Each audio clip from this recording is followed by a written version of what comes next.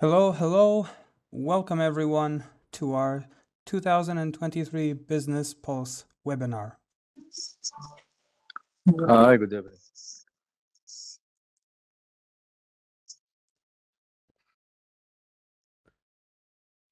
Now, I would like to begin by saying that at the start of every new year, there is a lot of talk about predictions and what each new year may bring. We wanted to let the dust settle in the first quarter of 2023, after which we could analyze how strategy and performance management practices are molded by key global drivers. If this is your first KPI Institute webinar, we're very excited to have you here. The KPI Institute is a leading global research institute specialized in business performance.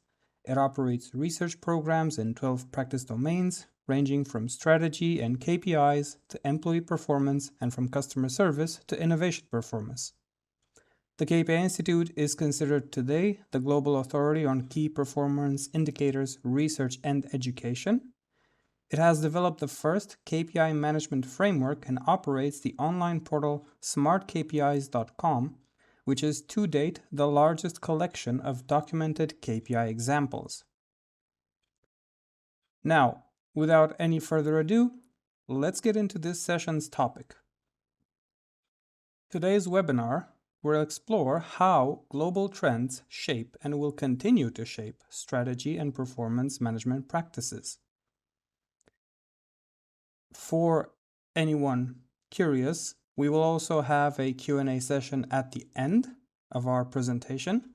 So, if you have any questions that prop up during the presentation, please feel free to write them down and we can tend to them afterwards. Facilitating this deep dive exploration will be Kristina Mihailoae, the Business Unit Coordinator of Research Programs at the KPI Institute, and Islam Salahuddin, a data analyst within the KPI Institute's research team.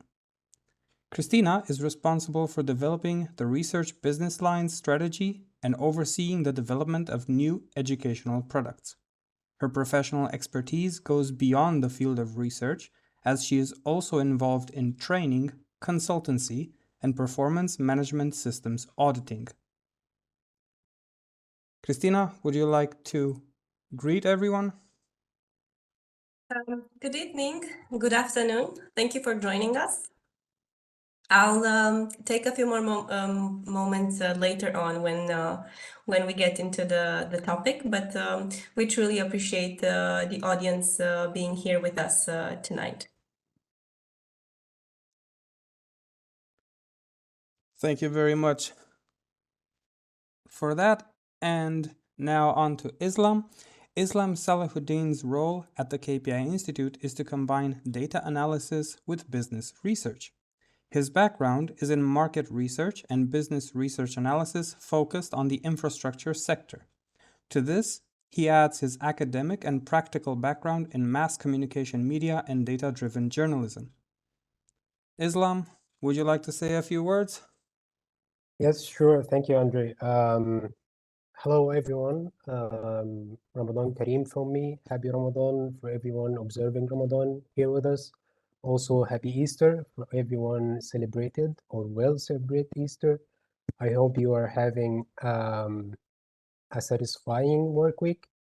And I also hope that you are ready to join us with this journey, exploring the trends globally that are shaping the business environment. So are we ready to start this presentation? Well, we're as ready as we'll ever be. I hope everyone will enjoy learning about this subject as much as we enjoyed researching for it. And Islam, please, you can take it from here. Sure, thank you very much.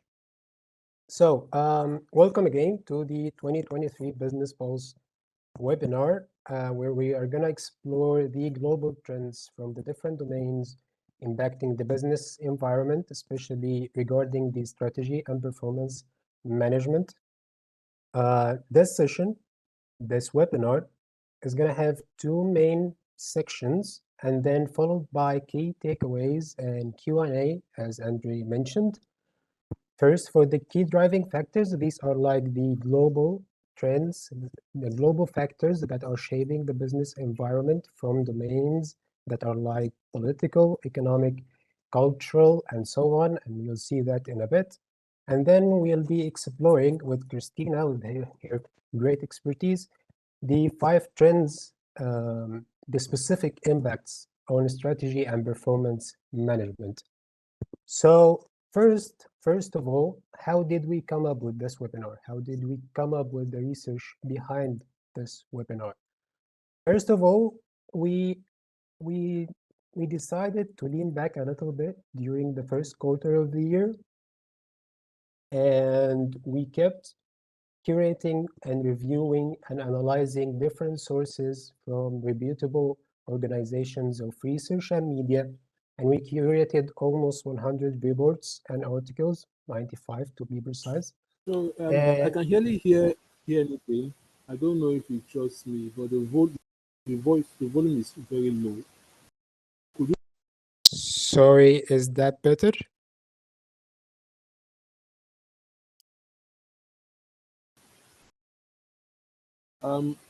You can go on. You can go on. Okay, Let's thank see. you, Chief. Thank you for the notice, and let me know if it's gonna be better now. Thank you. Thank you, Tariq, also for the feedback. So as I was saying that we reviewed and curated sources and articles and reports from reputable research organizations and media organizations, and we decided to synthesize all of these information combined with our own curated information and insights on the market and the regions that we operate in to synthesize the key driving factors, the key driving global factors that we are going to mention in a bit. And in order to understand these factors better, we broke them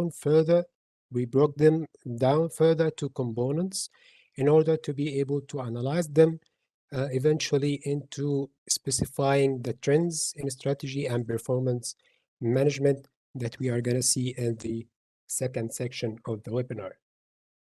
So first, with the key driving factors, again, think of these as the global factors that are shaping the business environment from each domain.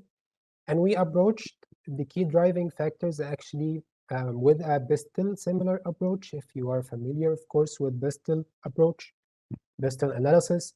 So we, for the sake of clarity, we decided to mention and have one big umbrella of factors for each domain. So for the geopolitical factor, we have one umbrella for all the factors that we are gonna consider, and also for the economic, socioculture, technological, and sustainability, in which we are combining the environmental and legal dimensions. So first, with the geopolitical dimension. With the geopolitical dimension, we have a supply chain disruption and trade tensions. As you probably know very well, the supply chain has been struggling for 3 years in a row now. And this is mainly due to the COVID-19, of course, and it did not have the lucky time to recover because of all the global tensions that have been arising since then, mainly highlighted by the Russian war against Ukraine. And it didn't have the chance to recover with the start of the year. That's why the year started with a supply chain pressure index, according to the global supply chain pressure index, that is above the pre-pandemic levels. But however, over the course of the past couple of months, it started getting better a little bit. It's starting to recover a little bit. It hasn't yet recovered to fully recovered. It hasn't got recovered without any issues mainly because of the ongoing war of Russia against Ukraine, which is predicted to end no sooner than summer 2023. Probably it will last longer than this as well, with all of the updates on that matter. And as a result of the global supply chain disruption, this has given the businesses over the globe some hard lessons to learn. Some of these hard lessons are to reshore or nearshore their suppliers, meaning that the manufacturers are looking for suppliers that are instead of being concentrated in one region or in one country, they are diversifying their suppliers. And in most cases, they are diversifying their suppliers in regions that are approximate geographically to their locations. And this is resulting in a global shift in the global economic powers that have been going on already for the last decade, maybe, but it has been amplified by the reshoring and nearshoring trend regarding the supply chain scene. That's regarding the geopolitical dimension. Supply chain is also interacting with the economic dimension, and that's why, as a result of the 3-year disruption and struggle with the supply chain, this year, 2023, started with predicted recession, and the predictions were coming from the World Bank as well as the International Monetary Fund. They were predicting a recession, the world hitting a recession in 2023. However, with the start of the year, something significant happened. And that thing is that China reopened its borders because it had been in lockdown since the very end, till the very end of 2022. But with the start of this year, China reopened and terminated its lockdown, rejoining the global economy again. And because of the reopening of China itself, the World Bank and the IMF changed their forecast for 2023, saying that the world is now more likely to avoid a recession, not taking away the possibility at all of hitting a recession. They still say that this year will be tough economically and financially. And that is because we still have global inflation rates, high global inflation rates that are expected to record 7% on average this year. And it is unlikely, the inflation rates is unlikely to return to pre-pandemic levels by 2025. So we still have more couple of years of high inflation rates worldwide. And inflation rates is also coupled with the global interest rates. Probably you know that central banks around the world, when you have high inflation rates, they try to curb the inflation rates with raising the interest rates, but it has not been successful so far. And inflation rates and interest rates are two bodies that you don't want them to go together, because if they go together for a long time, they end up resulting in a recession. And also, as you know, the high interest rates mainly caused businesses to stop their expansions, squeeze their budgets, and as a result, to shrink, even resulting in layoffs for employees, mass layoffs occasionally. And that's why we have been seeing already mass layoffs since the start of the second half of last year in industries that are more prone to recession, mainly like technology, but also professional services sector like consultancy and so on. And that's the impact of even a predicted recession, even if we didn't hit a real recession. And also the recession has direct impacts on employees. As I mentioned, the layoffs, but not only the layoffs, but even for those who are lucky enough to maintain their jobs, they don't have the opportunity to receive a salary raise that is above the high inflation rates.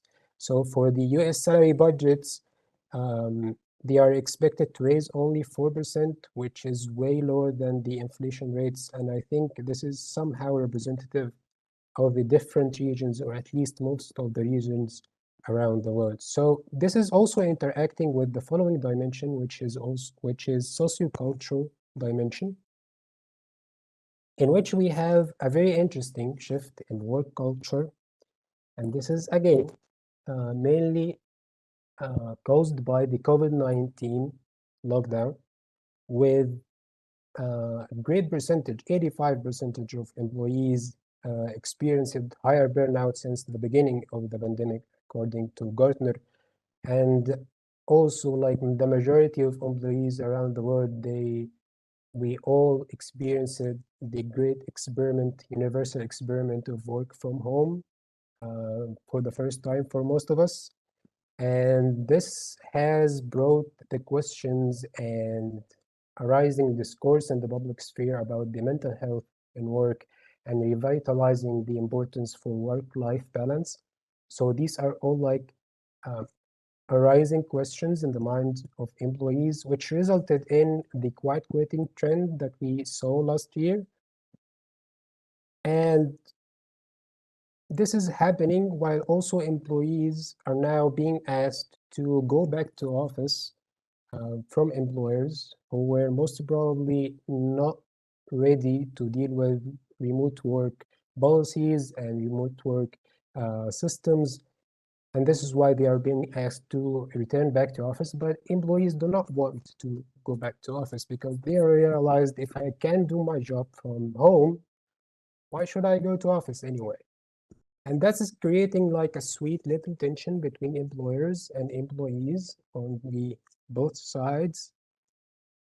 And this tension, we think, that is still has not settled yet, and it is actually crystallizing a new approach towards employee management, employee performance management. That crystallized approach, that under crystallization approach, Christina will mention in her section, so stay tuned. But also we have the skills gap that is growing wider and wider over the last couple of years. And this has been amplified not by the COVID-19 this time, it is being amplified by the rapidly changing technologies, which is the next dimension that we be talking about. So the rapidly changing technologies are reshaping the requirements and qualifications for the job market at a speed that very much exceeds the ability of formal education systems to fill that gap with the needed skills. Also, even for the executives and professionals who already have job and already have long experience, we all feel that need of continuous learning in order to maintain our positions, not to mention to get promoted or to advance our careers. And this is mainly due to the changing and rapidly changing and advancing technologies. Technologies that included this year, with the start of the year, the very interesting and amazing and hyping advancements in natural language processing and language models. And if I'm gonna speak plain English here, I'm speaking about tools like ChatGPT, but also similar tools as well that are becoming more and more integrated in other products and software, and more tailored for specific functional areas and specific tasks and so on. And they are rapidly developing despite of their shortages and limitations so far, and their downsides that we should all take care of. But this is an advancement that is encouraging the companies worldwide, which have been already encouraged to consider the use of AI in their business, to consider automating their processes, also encouraged this time with the squeezed economic situation, because the automation of processes can reduce cost, labor costs in some cases. So that's also a driving factor for considering the automation of processes. Also, companies have been paying more attention to to topics that are like the data strategy and having an IT strategy, a digital transformation in place in order to achieve the goals of processes automation and data-driven decision making and so on. But with all of these advancements in technologies, you know, with opportunities, some risks come as well. So with the opportunities of technologies, we have the risks of cybersecurity. And that's why businesses have been given more attention to cybersecurity concerns, because the cost of average data breach globally in 2022 reached about $4.4 million. And that's why now 2 in 3 executives now view cybersecurity primarily as a revenue enabler, as something significant, as something important, not just as a luxury or something nice to have. The last dimension that I will mention here is sustainability. And as I said, it combines both the environmental and legal perspectives. And we decided to combine these two because from both dimensions, we have the same thing at play. That is climate change, de-escalating climate change impacts. Of course, that is at play from an environmental perspective because it's getting more and more noticed around the world, and more even companies and businesses confessing that the environmental concern is a very significant sustainability focus even in 2019, and this is a growing trend. This is not expected to end anywhere soon. But when it comes to the relationship between climate change and businesses, the most important thing, the most interesting thing actually is businesses are seeing both the cause and the solution, a big part of the solution for climate change. And they are actually a big part of the cause because supply chains are estimated to account for more than 90% of greenhouse gas emissions. And at the same time, they are expected to be a big part of the solution because consumers already, there has been a growing discourse about the climate change, how we can make our lives more sustainable and so on. So more and more consumers globally are starting to consider the sustainability concern when they are making purchases. And this is a trend that has been noticed maybe at varying degrees in different regions, but is becoming a global concern. And this is also if coupled with the legal perspective that more and more countries are asking companies to disclose more detailed information about their environmental footprint, like the EU did already earlier this year, and also the US and the UK. But also more and more countries are very highly likely to follow because more and more countries are already legally committing to hit net zero emission goal, the goal at which we add no more harmful emissions to the atmosphere. When this is becoming a legal commitment, of course, it impacts the companies and businesses operating in the different regions around the world. So again, to wrap up the key driving factors, we have from a geopolitical perspective, we have supply chain disruption and trade tensions. From an economic perspective, we had predicted recession and high inflation rates and interest rates. And from sociocultural perspective, we have a shift in work culture. We have, from a technological perspective, breakthroughs in AI and other technologies as well. And from a sustainability focus, we have an escalating climate change and protective legislations. So the question now becomes, how are these driving factors are shaping the business environment, especially from the focus from the point of view of strategy and performance management practices? That's where Christina will weigh in with her expertise coming from the wider expertise of the KPI Institute.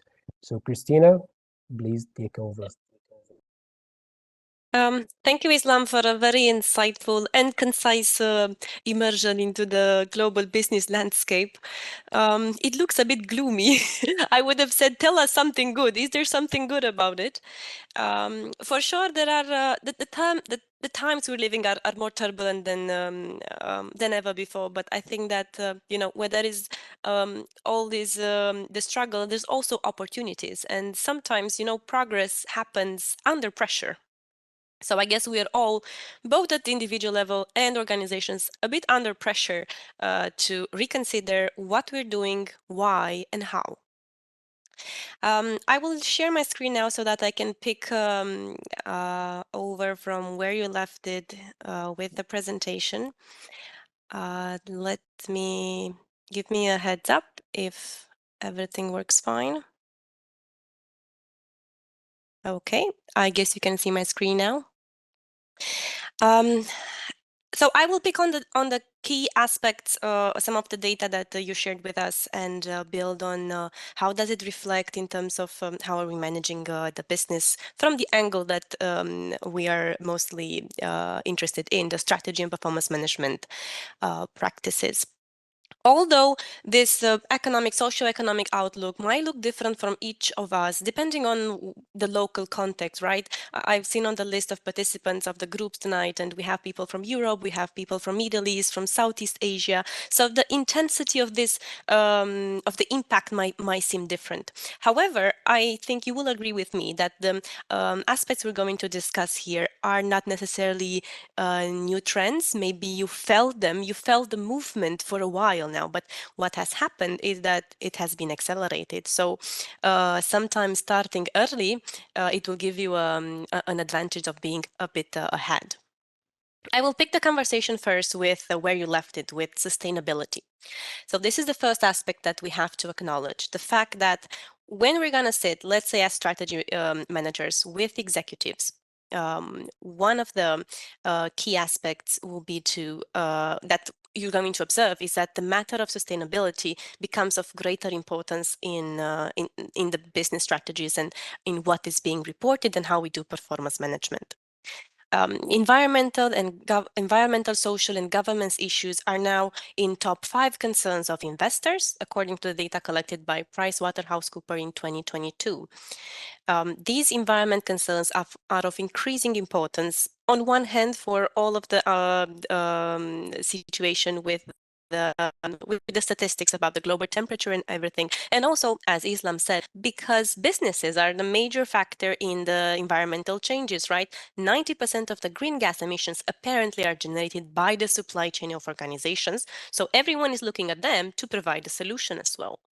Governments, not-for-profit organizations, the capital market, even customers are willing to pay more for products that have consideration, for brands that have considerations for how the environment is treated. So there is more pressure than ever for organizations to report on sustainability practices, to have a strategy, to disclose their initiatives, the results, and the impact that they're creating. And you might think that this is a problem that is concern for corporations, but actually it's also about the small, medium enterprises. Why? Because within the supply chain, if some of them become part of this, and if you want to become a supplier of choice, how you run your business, the ethical principles, the environmental aspect will be part of that criteria to be selected to become a partner of these large organizations. So while yes, small companies don't have to they do not have to report, they're not mandated by law to do so, but they need to acknowledge the subject so that they can understand what is their contribution and how they can adapt to it. So what does it mean specifically, the fact that sustainability is of more importance for the business? Well, to begin with, we have to guide executive teams to have a longer term planning on the business. And it's maybe a bit ironically because we're talking, and we will talk a bit later about being agile. I'm sure you heard about that, about shrinking the planning time. Yes, but in the same time, the challenge will be to look on the short term, but also on manage the long-term planning and what's the impact of the organization and how are we assuring business continuity and simultaneously with that shorter term of reporting and adjustment to the strategy. Sustainability should be put at the core as a core value of what organizations are doing. And this is not just, again, as you've seen, governments, international organizations have made movements and have imposed certain reporting. And some companies will have to do the reporting. But the simple reporting without any backup, right, without a true commitment to sustainability practice would not lead far the organization. So we have to put sustainability as a core value for the operations, for how we drive corporate strategy formulation, and how do we execute those choices. There's also aspects about corporate governance and compliance issue. We have to ask ourselves, okay, if sustainability is important, who's going to manage it? Are we going to have a department? Are we going to make an independent committee? Are we going to ask the compliance office to take this? And further on, in terms of compliance, you need to get in hand with what are the requirements. Some of the requirements or some of the frameworks that you can adopt for reporting can come from the global reporting initiatives, but you also have the standards that recently were released by the European Union. So there's a lot of aspects that somehow come from outside, from regulators that are imposing a certain reporting and are affecting how you do performance management in the company. It requires the formulation of specific objectives and targets for a sustainability, discussing and drafting a sustainability strategy, regular reporting and data collection. And as of now, we see that more than 90% of the Standards & Poor's 500 companies already publish ASGD reports in some format. And we're also talking about managing sustainability projects. And the bright side of this is that these sustainability projects become strategic projects, and on the long term, they can achieve cost savings, I don't know, through reducing the waste, to recycling, to limiting energy consumption. And in the same time, they are drivers for innovation, solving its complex problems, right? Like how do we impact less, or how do we become zero emissions, requires a different way of thinking. So we will be seeing more of this, and it should be facilitated by the way that we plan our strategy. As you might have foreseen from the topic of the webinar, there couldn't have been a discussion on this topic without talking about resilience and agility. For sure, this is not something new, but one of the key lessons that everyone has learned from governments to private sector, brought up to us by the pandemic, relates to the importance of operating agile organizations and building resilience. They're not new, but they have become new concepts, but they have become of extreme relevancy for companies nowadays, regardless of size and across industry. But what does it mean? What's resilience and what's agility? They seem quite similar, right? Well, you can think of resilience as being the ability to absorb shocks and changes, the ability to adapt and bounce back. However, agility looks more into the flexibility and speed to integrate changes and adapt. They should go hand in hand. Once the organization becomes more agile, it is ready probably to build on resilience. So on these topics, I want to share with you 5 principles that I think are important within your organization so that you can build more resilience and agility. First of all, transparency. Access to strategy and performance data. Democratize strategy. It doesn't have to be just about the people at the top. Decentralize decision-making where possible. As awareness increases about what's important for the company and how we're going to achieve this, employees can be empowered and allowed to take small decisions. They can be involved and participate in solving the complex problem of the organization. Nurture flexibility. Flexibility of mind, flexibility of systems and tools that are being used. Don't get stuck in the old ways of doing things. Create processes that are developed around the natural workflow in the organization that can integrate fast changes and adjustments, as opposed to drafting procedures by the book. Consistency.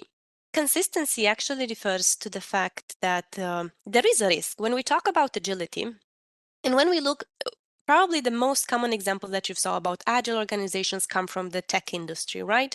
But for most of us, not all companies work in tech. If you work in manufacturing or if you work in a heavy industry, you're not that agile, and it seems like it might be a bit chaotic. So consistency is about the fact that it's very easy for an organization to perceive agile as and fall into a trap of chaos. Rules still apply in an agile or resilient working environment, and reinforcing those general rules, it's key. Also, you have to be consistent in the decisions, in the leadership with what the organization has committed to. Continuity refers to, as I said, a longer term planning. We need to plan and think on the long term as well. We need to be aware of the trends, and we need to know where are we going to be in 10 years? How is artificial intelligence going to affect our business in 10 years? Are we going to be out of a job? How are we adapting to that? We need to balance the short-term planning with the long-term planning. And talent engagement. Invest in quality talent and raising the engagement level of employees. This will be critical because a resilient organization, an agile organization, relies a lot on the ability of people to take decisions, to solve problems.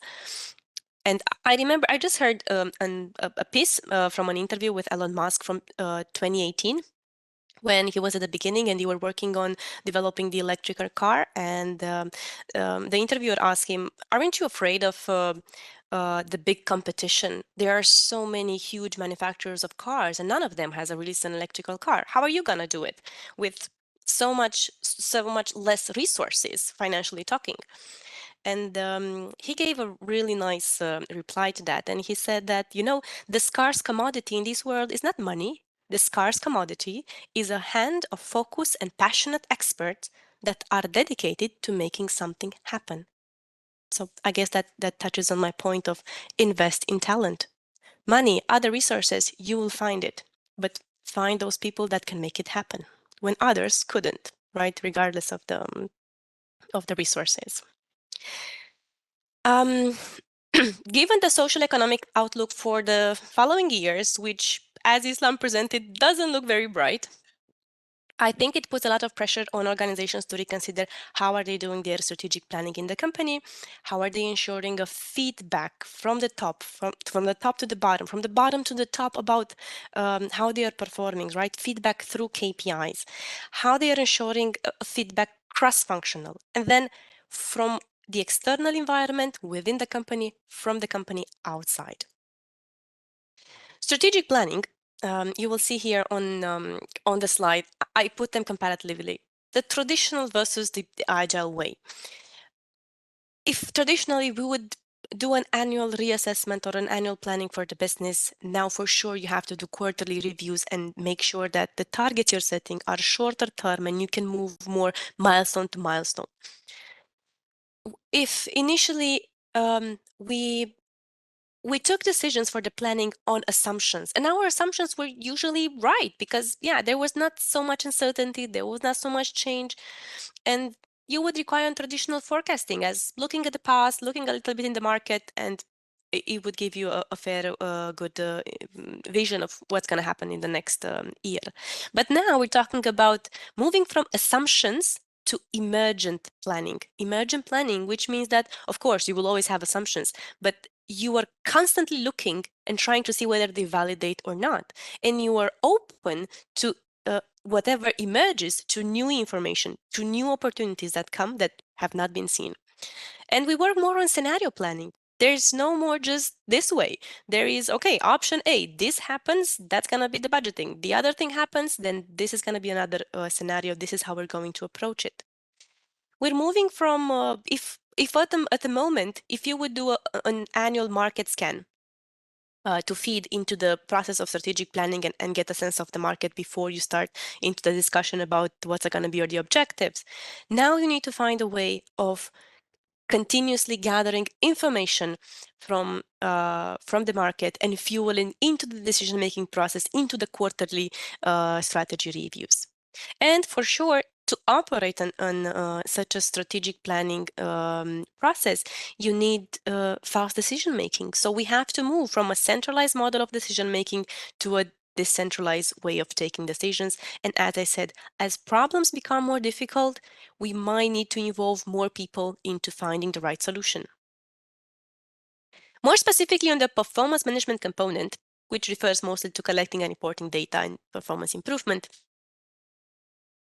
monthly reports should now be transformed into real-time data, more access to data, medium-term targets, short-term targets. As I said, let's move milestone to milestone. The focus from implementing projects should be moved to getting results to reach. Don't focus so much on what are we doing on the task itself, but on the impact, on what is being created. We're moving obviously to higher automation. That should be a given.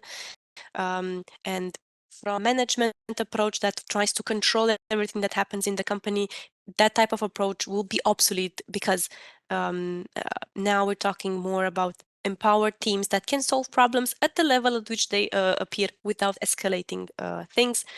And in terms of employee performance, we're moving towards an ongoing feedback.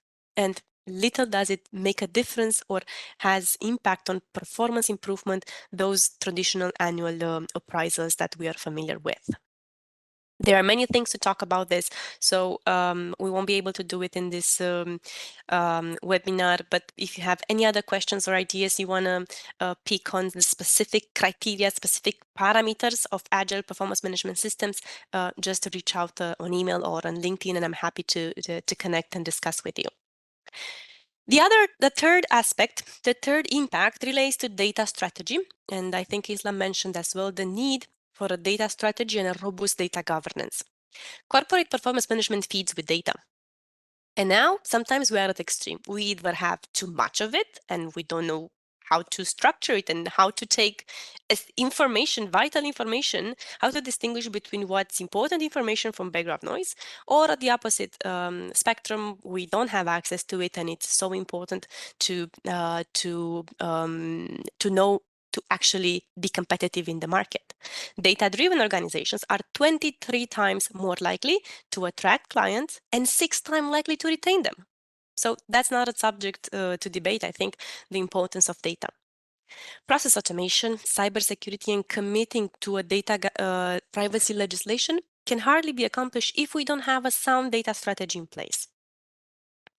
What would be the purpose of this strategy? Well, to ensure reliability and data accuracy for decision-making, to provide a user-friendly format for the data, to be self-service, right? I don't have to wait for days for the information to come. I don't have to struggle to extract it. It's there, it's in a dashboard, it's easy to reach, it's on my phone. To integrate data, to extract knowledge and wisdom from it, to protect data as it is a great asset for the organization and it can be the competitive advantage on the market. IT and data analytic functional areas will be of higher importance, and that's why we're going to see that they are better represented in the executive management teams. As the need for automation and the general interest in analytic increases, leaders and executives such as Chief Data Officer, Chief Information Officer, Chief Administrative Officer, they become more and more popular positions within organizations, and they get a seat at the strategy table to discuss the future of the organization. 93% of the business leaders admit that the importance that it is very important to be data literate in order to succeed. But only 24% of them are actually confident in their ability to read, argue, and interpret data.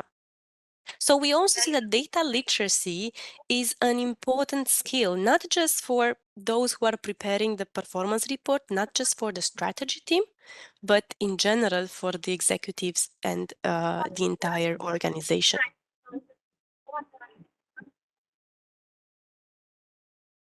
So since we mentioned about data skills, if you are interested, you will see that the KPI Institute has a certified data analysis professional training course and one for certified data visualization training courses.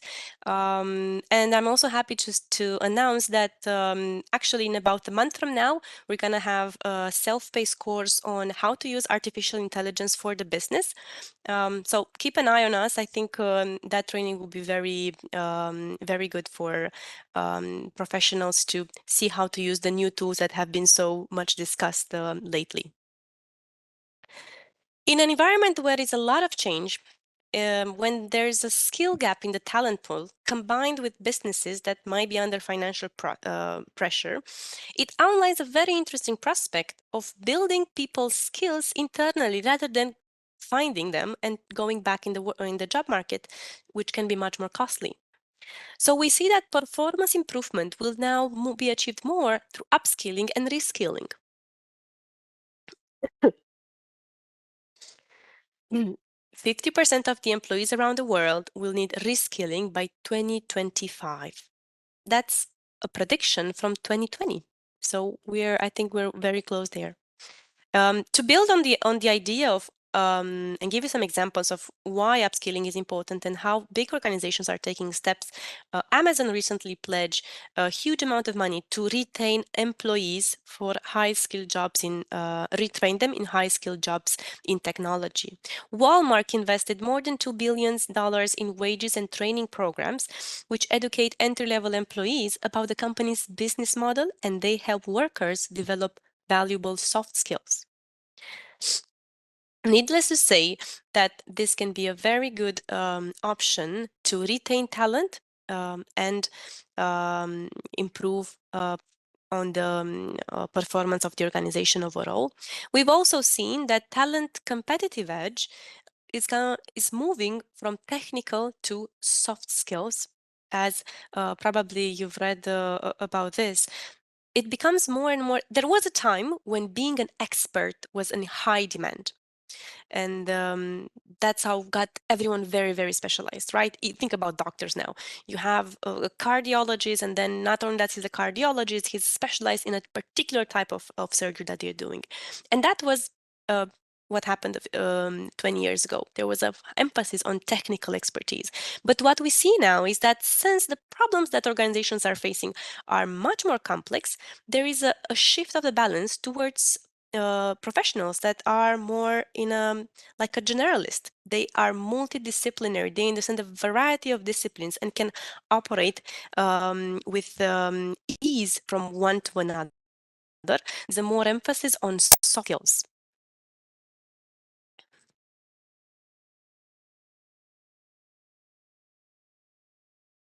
So building on the idea of competencies, what are the competencies? What does it matter for a strategy manager? What is important for a strategy manager as competencies? In terms of technical competencies, I have these 6 that you see here.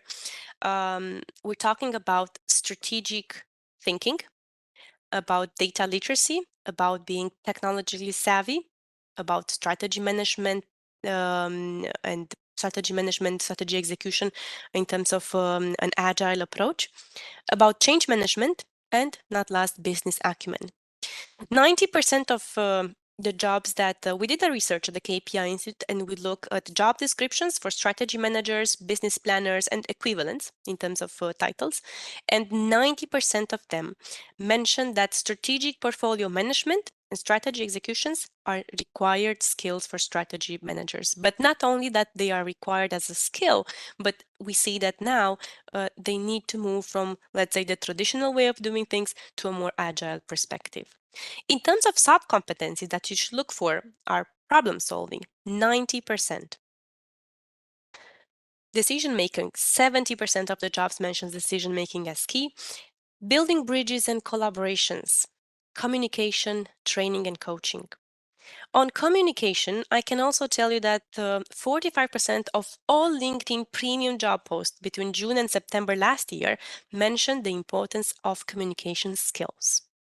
So if you're ever in doubt about what skills do you need within the strategy management team, within the planning team of an organization, do look into that. And I think it goes even beyond this, at least on the soft competencies, and even the other ones, I think they are also applicable at executive levels. The last item I want to mention is about employee performance management. There's no way we wouldn't have gotten to this topic, which should be reshaped and is being reshaped for a few years now into an employee-centric approach. But the ongoing tension right now between employees and employers, the discussion about how are we going to work? Are we coming back to work? We're not coming back to work. There's also a bit of pressure from the large organizations for people to get back in the offices at least a few days in a week. And this is building on a new cultural working environment that will result probably in an unprecedentedly customized approaches that will be adapted to meet the well-being needs of staff.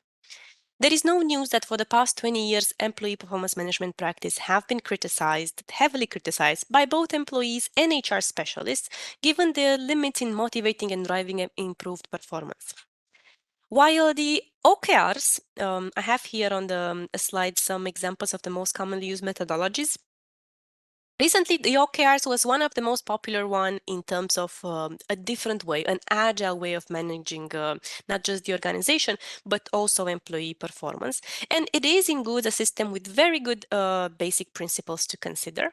However, I think that the right methodology for a company is usually customized. It's hybrid and it has to be adapted to the culture, the organizational structure, the work environment, the decision-making practices of each specific organization. However, it is for sure that traditional appraisals, the annual prices, are superseded by the speed of changes in the real business environment, which makes those individual objectives obsolete way before mid-year review. And the evaluation process is many times too bureaucratic and time-consuming. The two formal evaluation throughout the year are insufficient to drive performance improvement or improve the relationship between the manager or employee. Moreover, you see that the jobs have become more complex and fluid, and employees are requested many times to go beyond their standard job description in order to address business challenges. Also, the planning that we did at the beginning of the year for the business, for the department, doesn't match what we have to do in May or February. So all of this are showing that we need to shift from a ranking and ranting system to empowering employees and to a continuous performance discussion and an ongoing cycle of feedback. We have to move also from extrinsic motivation, which is usually done by bonuses, through intrinsic motivation, appreciation, giving the possibility for mastery. So because of what I said earlier, that the right employee performance management system is customized, and I don't want to talk about OKRs or balance scorecard or the mix between the two, I want to give you some principles that I think are important and should be considered by modern approaches to employee performance. 1 in 3 employees wants weekly one-on-one discussion. 68% of employees prefer to set their own goals. And 79% prefer to set goals on a weekly basis. And then 75 would have said that they prefer on a monthly basis. So this is data from 2022 on a large sample of employees. So with this in mind, I recommend you the following. Make sure that there is direct involvement of teams and individuals in setting their objectives. I saw many procedures in which technically it has to happen, but it doesn't. So work beyond that. Organizations will work on what actually on the real practices on the office. Short time for reaching objectives, plan shorter and change and adapt so that whatever you're evaluating reflects what the employee is actually doing, his project in which he's involved. Frequent performance discussions, at least once per quarter for formal updates, weekly, monthly, informal check-ins. Performance teams talk with their managers on a weekly basis. And I'm not referring about projects. I'm referring about individual progress. Transparency of objectives and performance within the team improves alignment of work. It helps them understand the big pictures and ensure fairness.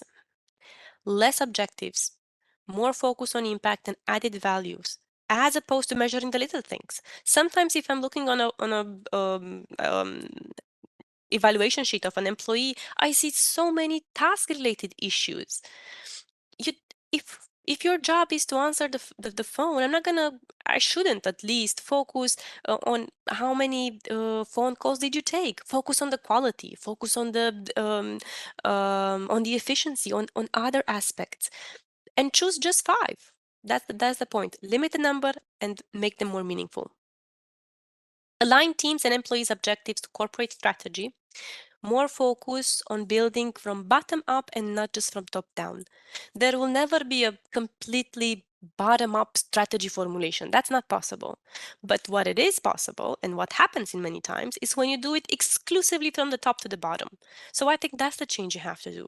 Make sure that after you define the general directions of the company, there is more emphasis on building it from the bottom to the top, to adapting and meeting in the middle.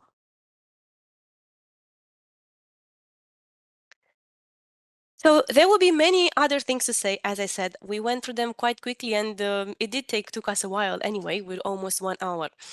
To close and to wrap it up, the increasing penetration of technology in all areas of the organization, the importance of sustainability, the changes in the workplace, the movement toward a more employee-focused performance management system, and flexible strategies have been observed in the business environment in the past decade.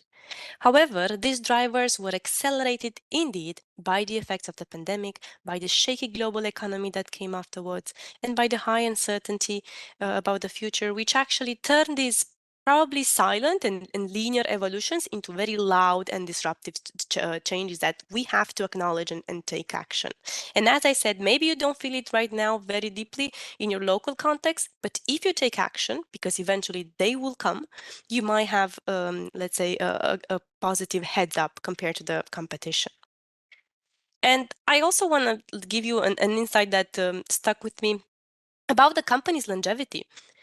In 1977, it was 36 years. Now, in 2022, it was 20 years, and the trend is expected to keep decreasing until 2030. So, if we want to make it, if we want to survive, since change is the only certainty and constant, organizations will have to redesign their business model, their winning strategy, how they do the planning, and what performance management practices are they applying, and the entire philosophy around talent management.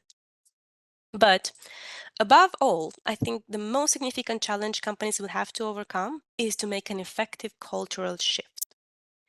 Whether it's about implementing a digital transformation strategy, reporting on sustainability impact, repositioning KPIs as a tool for learning instead of sanctioning and controlling instrument, attracting or retaining talent, the key to success will be how we're building the mindset and bringing people on board for these major changes. And in your role, maybe as executives or as representative of the strategy office, I think all of the bullet points here actually look at you directly about what's the guidance, right? What guidance can you give to the executive teams to steer the gear in the right direction? Thank you very much. We have questions. Please take the time and write the questions in the chat. We also receive advanced questions that we're happy to answer. And we will move now into the question and answer section of our presentation. Andrei? So, there are actually a few questions that were sent by our participants before we even started today's session. Okay, well then let's start with those. And meanwhile, feel free to add questions in the chat, and Andrei will scroll to them and pick on the ones that are most interesting. Anyway, we will capture all the questions from the chat today and the ones sent in advance, and we will follow up with written answers. And in addition to this, you will also find in your emails an extended version of the presentation that we had today. Hopefully it will be helpful for more insights, and you can further share it with your colleagues. Right. So we actually received a two-part question,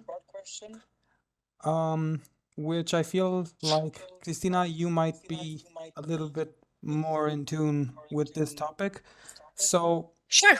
from Alexandra Luca, we have how to build a strong business strategy while also keeping a healthy focus on people. That's the first part. Yes. Well, I think that how to build a strong strategy, I think to some extent the slides and the insights that we had today touched on that. So I won't dive into more details.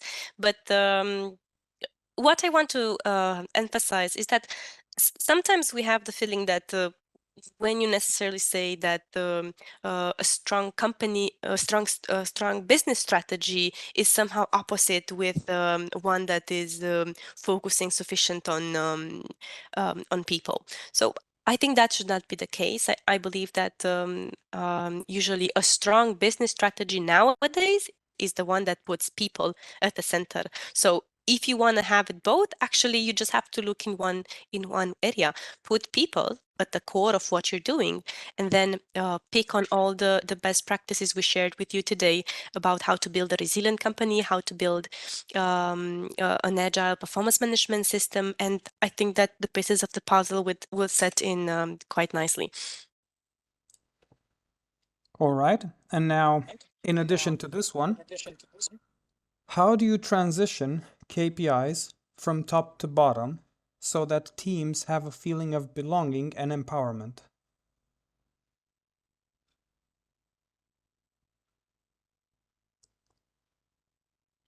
Christina, Well, we can, okay, yeah. we can hear you now.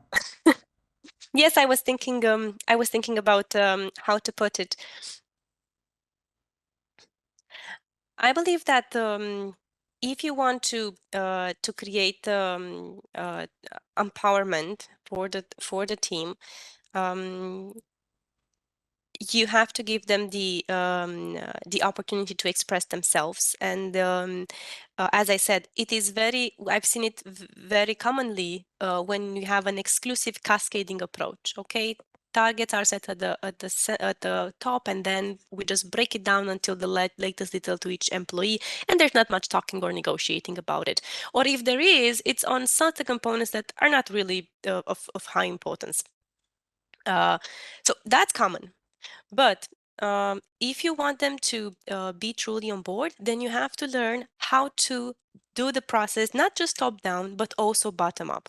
And one example is once we have the general directions for the company, 3 or 5 objectives and KPIs, then you can initiate the project by inviting the divisions, the business units, the department to start working on showing how are they going to contribute to that. Sometimes we have direct contribution, other times we have indirect contribution to those objectives. And then once we have an overview at the team, even at team level, it matters how you do it. Who's working on that? Is it the manager? In many cases, yeah, it's the manager that does the planning for the operational planning for the department. But it can be a teamwork. It can include other people within the team to work on their contribution for the strategy. And that's how basically you're bringing everyone within the process. Design the process in a way that is not always top down. For sure, we have companies that have boards in front of which they have to respond. They are companies that are part of a holding. And in these cases, you have some targets that are non-negotiable and they have to be met. But how are we meeting that target? Well, that can be a choice of a team. That can be the choice of the organization. You just have to make sure that it's not just a matter of the managerial level, that other people get to be involved. In some cases, they can be involved directly. They're in a meeting, they work. In others, it's not feasible. But you might still get their insights, maybe not on KPI specifically, but you can get their feedbacks about what matters within that process. What does success look like for the client? So think about different ways of engaging. I think that would wrap it up from my side. All right. Now, from Stefania Leitoyu, I apologize if I butchered your name. We have a question directed more towards Islam, I believe, which is what KPIs can we use to measure IT transformation? Well, that's a good question since IT transformation is a big thing that we have also talked about. So I want to make sure that by IT transformation, you mean the digital transformation on the scale of the IT functional area. In that regard, there are a lot of KPIs, interesting KPIs that can well track the initiatives that we have in that regard. It also depends on your objectives behind the transformation. But for example, I mentioned a few KPIs that are somehow common and that can be of use. For example, it is very essential to track whether the transformation has saved you some costs or not. So the cost of technology implementation is a key KPI, I think. And technology, you can replace the word technology with any technology you are going with. For example, if you are adopting the cloud technology, you can keep track of the cost of cloud implementation, and also you can compare it with another KPI like the cost of on-premises hardware in that regard. So you can compare between the costs of before pre-cloud adaptation and post-cloud adaptation. But anyway, you can also have like the KPIs to track whether the transformation is in your budget variance or not. But anyway, I'd advise to keep KPIs whether you have whatever objectives you have to have KPIs that track two main things, just to make things summarized and clear. First is data quality, because if you are implementing an IT transformation, most likely, or surely you'll have a plenty of data generated and collected on a continuous basis. So make sure you are tracking the data quality. Data quality is important. You are tracking the data quality of those generated data with robust KPIs that represent your objectives, like the time spent on preparing data before analyzing those data, the percentage of completeness, also time period between data collection and data analysis. That's another possible KPI. And the second thing is track the cybersecurity part of the IT transformation. That is another major thing. You can measure KPIs like time to detect cybersecurity issues. You can measure time to resolve cybersecurity issues, and also the number of events per host or per device. Such KPIs are very important when you are doing the IT transformation. On a wider scale, I'm not going into detail about the KPIs required for the wider digital transformation, but digital transformation can also get use of KPIs that are used in the different functional areas, the traditional ones that we already have regarding customer engagement and customer satisfaction or employee engagement.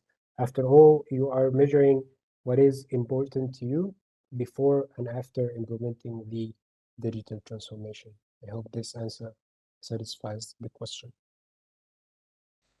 Right. Now, the second question from Octavia was that there is always a threshold between what we propose on paper and what we achieve in terms of resilience.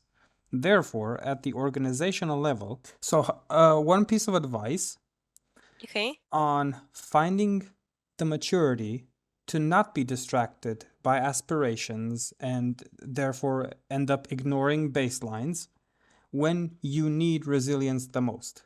So how do you stay focused? Oh, yes. I think that's a personal problem as well. I think if we manage to fix on a personal, then we will fix it in organizations. How do you manage to stay focused when there are so many distractions around us? So I think you made a very valid point. Once you manage to build a system that is agile, if you remember, one of the things that was that I mentioned related to the fact that are you able to absorb all of the information in the external environment and then use it internally? What can happen is that you can get distracted, indeed, very easily. So one piece of advice to keep the focus, I will give you two actually. One that I think qualifies for how do you approach this manner at strategic level if you don't have a clear purpose, if you don't have a leadership that is managing to reiterate. That's what that principle about consistency that I mentioned was referring to. If you're not consistently communicating the purpose of the organization, the objectives that we have, then yes, it will be very easily to get distracted. If they are not clearly understood, if they are not understood in the same way by people, if they're misinterpreted, then of course, everything that every opportunity that shows up might make sense for us to take it on. So at corporate level, in a broader picture, that's the one thing you have to focus. Be precise. Find the purpose of the organization. Define it very clearly and simple, and then make sure that leadership reinforces continuously. Be consistent. Remind people with every occasion, why are we here? What's our purpose? Why are we doing this? And also in terms of making choices, how do we take opportunities? Well, that's why you have a strategy map. You should have a strategy map with some clear objectives. And then every opportunity that shows up, you have to match it against that. Does it fit into this framework? Does it help us to achieve these objectives? Yes or no? If the answer is not directly yes, if it's maybe you should put it aside because that's a distraction. If it's a definitely yes, you take it. If not, you should put it aside. And another interesting point about decision making is that we have a bias. We decide to do something and we invest in a direction. And then things turn out not as expected. We're losing. But people have a difficulty of pulling out from that decision and stopping it because we have history. If within the current context, I would ask you, would you still take on this project? You will probably say no. But within the context in which you've been working, you've invested money, time, and everything to this project, you might be tempted to continue just because you have a history, just because maybe you don't want to admit to be right.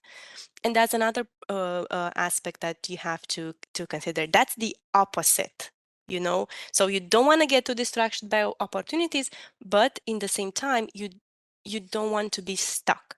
How do you recognize these aspects?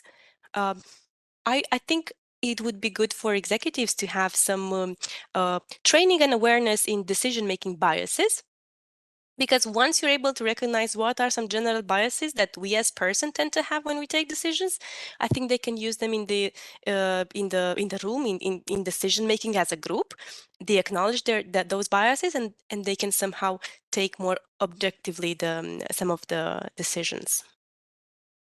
So yeah, I think that's the advice that I wanted to give.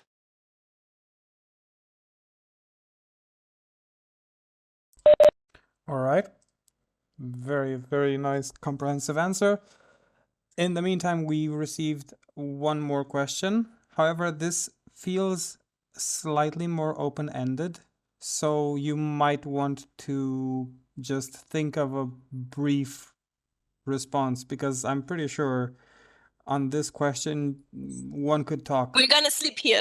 Yeah. We're gonna sleep here, right? So someone mentioned how you said that there is a greater focus on impact now, especially when setting corporate and organizational KPIs. So if you were to give one piece of advice in setting such impact KPIs, what would it be to ensure that they are well cascaded down to the departmental or individual level?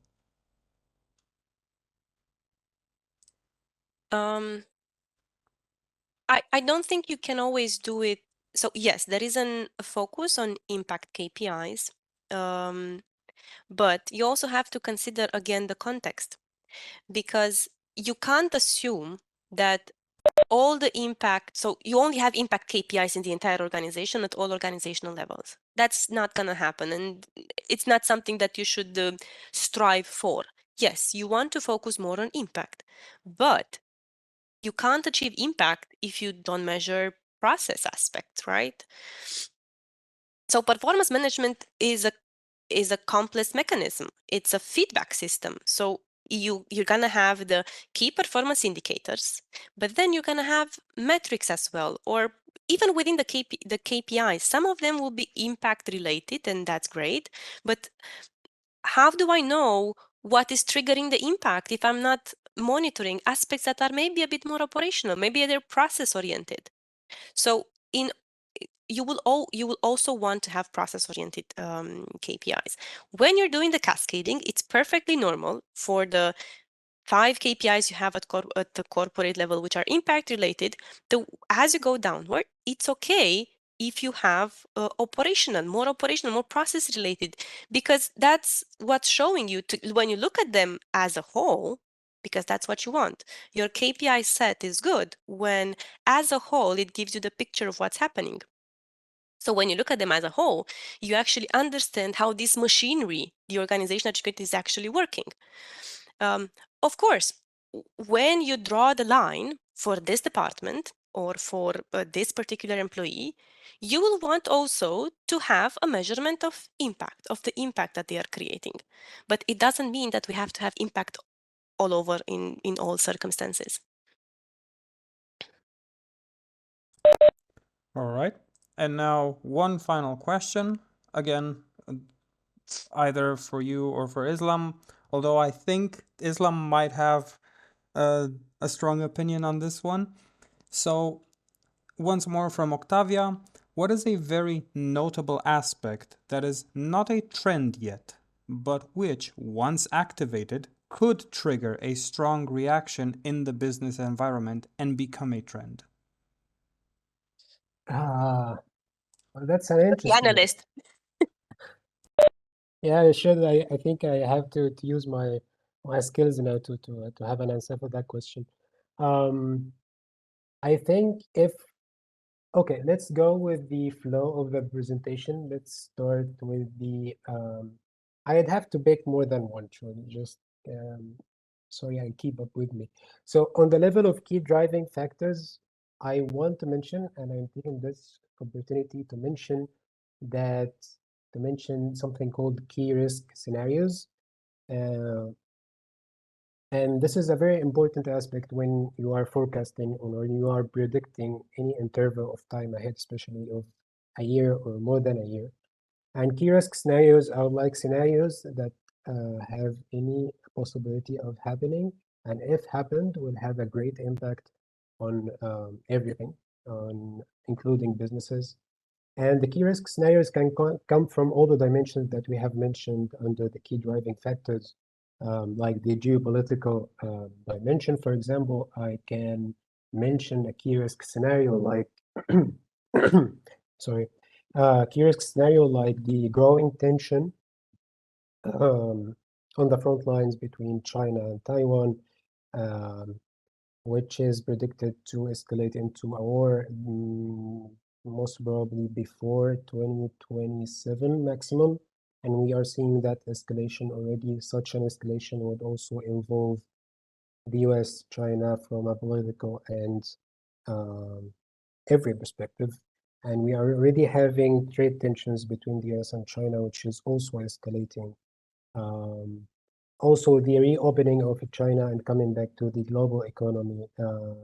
Yeah, there have been some fears, despite this is a positive thing. This is a good thing, but the reopening can lead to a higher demand on energy and therefore higher energy prices, and therefore even contributing to even higher inflation rates of the already high inflation rates. So such key risk scenarios should be also considered when looking forward. And I want to like emphasize one thing, that such scenarios, such events in the world, like a war between two global powers or two countries in another region, is not that far away from your business. And it's actually, it can impact your business either directly or indirectly, because it's not news that the world is connected and globalized. So the impact in one region, and we're seeing this for something like the Russian war against Ukraine, almost the whole world is impacted. So that's on the key in the global level. On a lower level, if I pick one or two trends, on a smaller level or lower level, that I'd say it would be interesting to keep an eye on, from regarding the culture shift in the shift in work culture. We are also having interesting experiments with the 4-day work week, even with some countries already applying that system. It is turning out to be successful in some cases, not so successful in others. So because of this uncertainty, we didn't include it in the presentation, but I'd say that's something that should be kept in sight for the next year at least. And another trend is also the rising legalizations regarding two main things. The first is the work from home policies. They are becoming more strict in some regions, and that is a trend that is expected to go on for the next years. The second one is the growing legalizations as well regarding the artificial intelligence technologies and applications, which are rising in parallel with the advancements of such technologies. So many things to keep an eye on, I think, but within the right structure, within the right initiative, let's say, if you have like an internal intelligence initiative that can crystallize and summarize all of what's happening around the world and extract what is really important, what really matters for your business, that would give your business a great edge, cutting a great competitive edge of seeing what's coming forward. Because if we have learned one lesson from the last 3 to 4 years, it would be like seeing and forecasting the upcoming period is so important, and having the intelligence and the enough information and data-driven analytics to forecast the future is so important to survive and thrive. That's my answer. All right, that also brings us to the end of our Q&A session and the end of today's webinar. Christina, Islam, do you have any parting thoughts? We appreciate everyone for joining us. It's been a pleasure to share with you the insights that we have collected. As I said, we're going to drop an email in your inboxes to share the extended version of the reports, and we wish you peaceful holidays, because regardless in which part of the world you are, I think in future you will all take some time to spend with your families and charge your batteries, even if it's just for a few days. And we wish you all the best. As I hope you're gonna leave with a positive attitude, although sometimes, you know, prediction might not be the best, but I'm sure that tough times usually make us stronger. So all the best to your organizations and your family.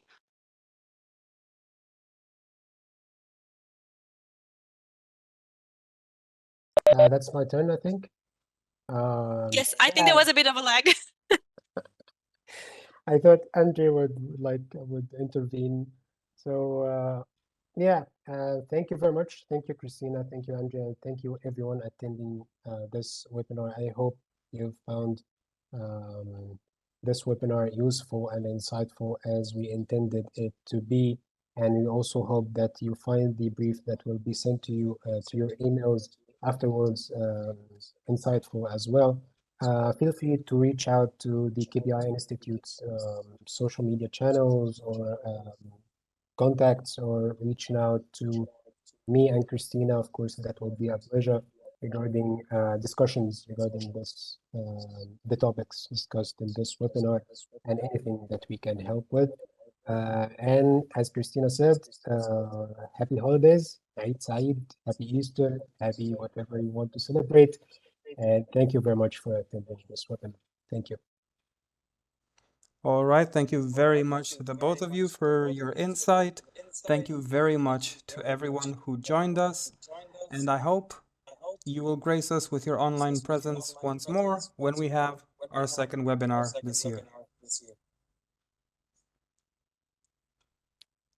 Goodbye to everyone, goodbye Christina, and goodbye Islam.